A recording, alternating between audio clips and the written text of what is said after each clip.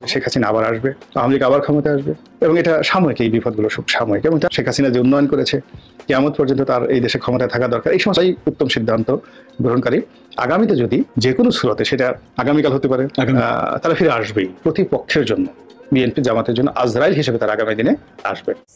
গণসংবর্ধনার প্রস্তুতি নিন বাংলাদেশে। শেখ হাসিনাকে গণসংবর্ধনা কোথায় দিবেন, কিভাবে দিবেন, কত লক্ষ লোকের সমাবেশ হবে, কত কোটি লোকের সমাবেশ হবে, সেই প্রস্তুতি নিন। He urged Hasina to return back home and reorganize the party. Awami League কিন্তু পাট গাছ না ভাই, যে টান দিয়ে উঠে ফেলাবেন। আওয়ামী লীগ বেসিক্যালি বট গাছ, এটা তোলা কঠিন। কারণ বাংলাদেশের ইয়েতে আপনি দেখবেন 3 পুরুষে আওয়ামী লীগ করে, দাদা আওয়ামী লীগ করতো, বাবা আওয়ামী লীগ করে, ছেলে আওয়ামী লীগ করে, ছেলের বাচ্চা একটা হবে, হয় না এখনো, সে ছাত্রলীগ করার জন্য প্রিপারেশন নিচ্ছে। এটা হলো আওয়ামী লীগ। তো সে আওয়ামী লীগ হুট করে যাবে না। কাহিনী করেন না প্রিয়, আমি আমার নেত্রীকে ভালোবেসে হাসতে হাসতে মৃত্যুবরণ করতে চাই। দর্শক, এই মাত্র পাওয়া সর্বশেষ আপডেট নিউজ নিয়ে আপনাদের মাঝে হাজির হয়েছি। সম্মানীয় দর্শক, সাবেক প্রধানমন্ত্রী শেখ হাসিনা আবারও বাংলাদেশে আসতেছেন এবং কি তাকে সম্বর্ধনা দেওয়ার জন্য লাখ লাখ নেতাকর্মীকে উপস্থিত থাকতে বলেছেন এবং কি বর্তমানে বাংলাদেশের সেনা প্রধান ওয়াকারুজ্জামান এবং রাষ্ট্রপতি শাহাবুদ্দিন চুপ্পু তাকে বাংলাদেশে এনে আবারও তাকে ক্ষমতায় বসাবে, এরকম কিছু গুরুত্বপূর্ণ আপডেট প্রকাশ হয়েছে। এই ভিডিওতে আপনাদেরকে একে একে সবকিছু উপস্থাপনা করে দেখাবো। সম্মানীয় দর্শক, গোলাম মাওলা রনি এরকম গোপন কিছু তথ্য প্রকাশ করেছেন, যা দেখলে আপনি রীতিমতো অবাক হতে বাধ্য হবেন। চলুন এই ভিডিওতে আমরা বিস্তারিত দেখে আসি। খুবই গুরুত্বপূর্ণ ভিডিওটি, তাই ভিডিওটি না টেনে সম্পূর্ণ ভিডিওটি দেখবেন। চ্যানেলে নতুন হয়ে থাকলে সাবস্ক্রাইব করে আমার সাথেই থাকবেন। ভিডিওতে একটি লাইক করে দেখতে থাকুন সম্পূর্ণ ভিডিওটি। দরকার এই সমস্ত উত্তম সিদ্ধান্ত গ্রহণকারী আগামীতে যদি যে কোনো স্রোতে, সেটা আগামীকাল হতে পারে, আগামী বছর হতে পারে, আগামী 10 বছর পর হতে পারে, 20 বছর পরে হতে পারে, কিন্তু তারা ফিরে আসবেই প্রতিপক্ষের জন্য, বিএনপি জামাতের জন্য আজরাইল হিসেবে তার আগামী দিনে আসবে। এবং শেখ হাসিনা বাবা বঙ্গবন্ধু শেখ মুজিবুর রহমান যে কত বড় ভুল করেছে, এটি তিনি যদি আজ জীবিত থাকতেন, তাহলে তার যে মূর্তি ভেঙে তার মাথার উপর যেভাবে পেশাব করে দেওয়া হয়েছে, এই দৃশ্য দেখলে তিনি বুঝতে পারতেন যে তিনি কত বড় ভুল করেছেন। বাংলাদেশে শেখ হাসিনা নেই, বাংলাদেশে আওয়ামী লীগের শাসন নেই, ছাত্রলীগ নেই, যুবলীগ নেই, চারিদিকে কেমন যেন একটা নিঃসীম নীরবতা। এরকম একটা দুর্বিষহ অবস্থা যখন চলছে, তখন সত্যিকার অর্থে আমাদের যে রাজনৈতিক ভবিষ্যৎ, এটি কি আওয়ামী লীগ বিরোধী হবে, আওয়ামী লীগ বিহীন হবে, আগামীতে আওয়ামী লীগ কি ফিরে আসবে, এই বিষয়গুলো নিয়ে আমি আমার সাধ্যমতো চুলচেরা বিশ্লেষণ করার চেষ্টা করব। একটা জিনিস আপনাদেরকে বলি, যে এই গত 15 বছরে আওয়ামী লীগ যে অন্যায় করেছে, জুলুম করেছে, অর্থনৈতিক জুলুমটা বাদ দেন, যদি আপনি ধর্ষণ ধরেন, তারপর হত্যাকাণ্ড ধরেন, গুম ধরেন, মানবতা বিরোধী অপরাধ ধরেন, তো এইগুলো যদি আপনি 1971 সনের রাজাকার, আলবদর আর শামস তাদের কর্মকাণ্ড পাকিস্তানি বাহিনীর কর্মকাণ্ডের সঙ্গে তুলনা করেন, হাজার তো দূরের কথা, 1 লক্ষ ভাগের 1 ভাগও এই গত 15 বছর আওয়ামী লীগ করতে পারেনি। এখন সেই যে এত বড় অপরাধ, অর্থাৎ যে অপরাধে আপনি আওয়ামী লীগকে দায়ী করছেন, তার চেয়ে লক্ষ লক্ষ গুণ অপরাধ করেছে তারা পাকিস্তান, এবং পাকিস্তানের যারা দোসর রাজাকার, আলবদর আর শামস, তারা এবং তাদের সাঙ্গপাঙ্গরা। তো দেখুন, 71-এর পরে বহু বছর কেটে গেছে, পাকিস্তান এখনো পর্যন্ত সরি বলেনি, এবং সরি না বলার সত্ত্বেও আপনি বাংলাদেশের এই সময় রাজনীতিতে পাকিস্তানের আধিপত্য দেখেন। তারা বুক ফুলিয়ে কথা বলছে, মুক্তিযুদ্ধে যারা নেতৃত্ব দিয়েছে তাদেরকে কটাক্ষ করছে, এবং শেখ হাসিনা বাবা বঙ্গবন্ধু শেখ মুজিবুর রহমান যে কত বড় ভুল করেছেন, এটি তিনি যদি আজ জীবিত থাকতেন, তাহলে তার যে মূর্তি ভেঙে তার মাথার উপর যেভাবে পেশাব করে দেওয়া হয়েছে, এই দৃশ্য দেখলে তিনি বুঝতে পারতেন যে তিনি কত বড় ভুল করেছেন। এইরকম ঔদ্ধত্যপূর্ণ, কুরুচিপূর্ণ কথাবার্তা পাকিস্তানের প্রধানমন্ত্রী শাহবাজ শরীফ এখন বলছেন, আর বলার পরেও আমরা পাকিস্তানের যিনি রাষ্ট্রদূত রয়েছেন তাকে মাথায় করে নাচ্ছি।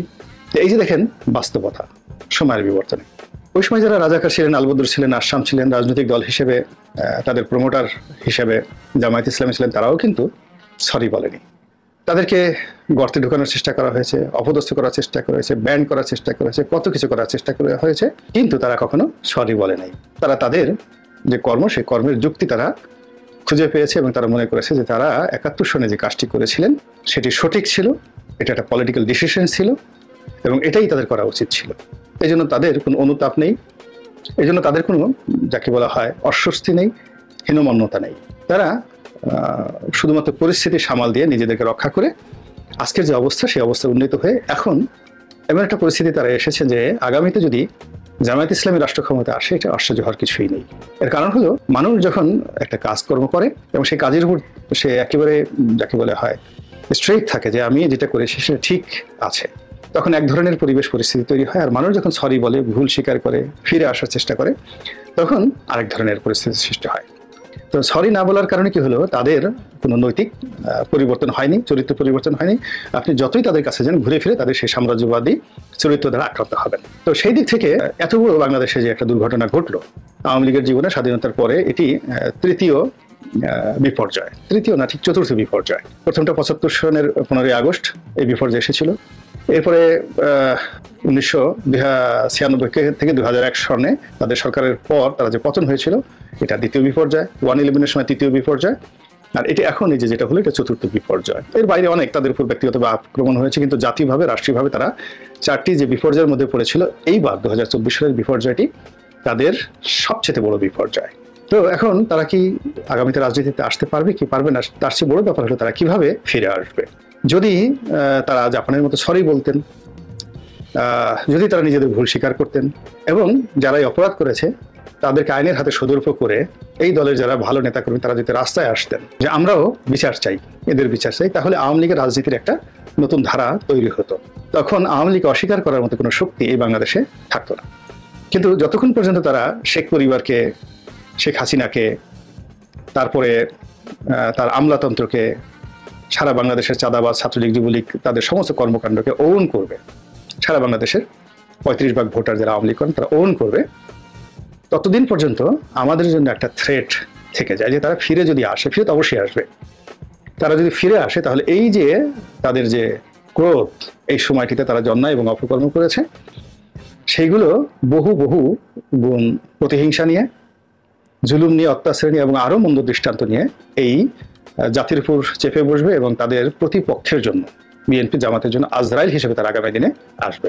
বিএনপির কথা বলি, বিএনপির জীবনে সেই 1/11 দুর্বিষহ হয়ে আসে, এবং বিএনপির শেষ জমানা 2001 থেকে 2006 সন পর্যন্ত, সেই সময়টাতে তাদের বিরুদ্ধে যে অভিযোগ, সেই অভিযোগগুলো নিয়ে 2007 থেকে আজ অবধি বিএনপির নেতাকর্মীরা কেউ বলেনি যে এটা ভুল হয়েছে, অন্যায় হয়েছে, জুলুম হয়েছে, এবং এই কাজগুলো ভবিষ্যতে করা যাবে না, এবং এই কাজ যারা করেছে তাদের কারোর সঙ্গে বিএনপির কোনো সম্পর্ক নেই, এই কথাগুলো বলেনি।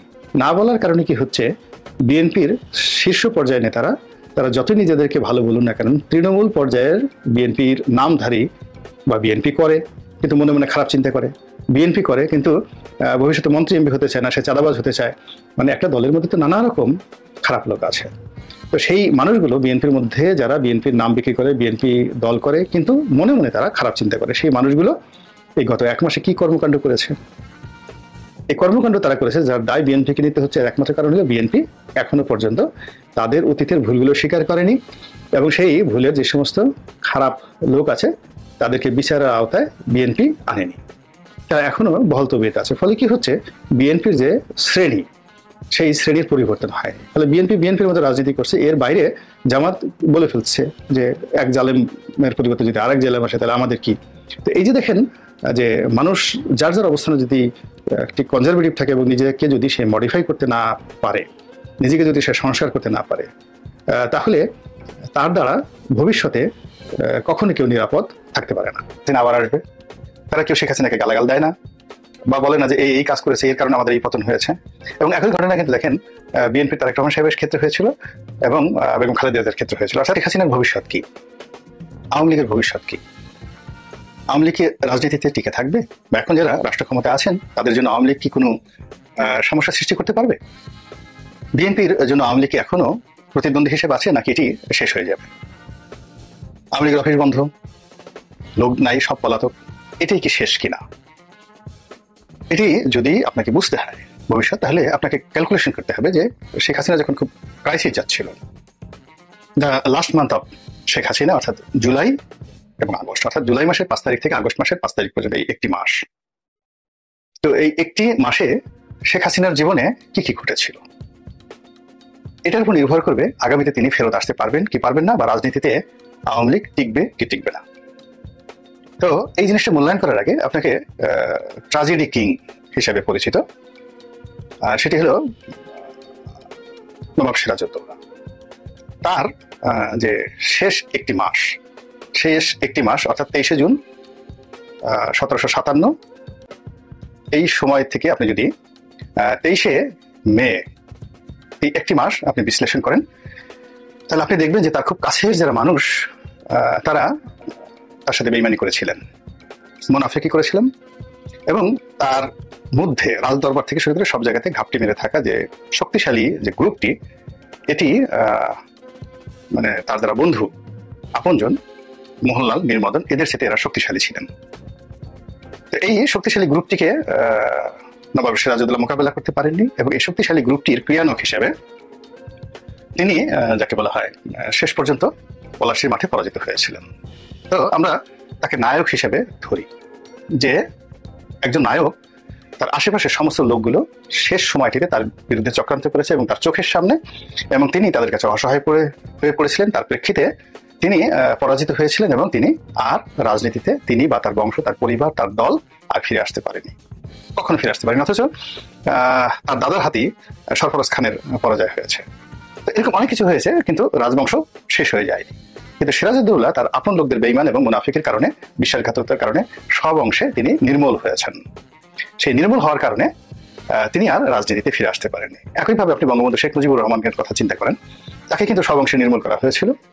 তো নির্মূল করার পরেও মানে একেবারে হাতে গোনা কয়েকজন লোক তার সঙ্গে বেঈমানি করেছিল।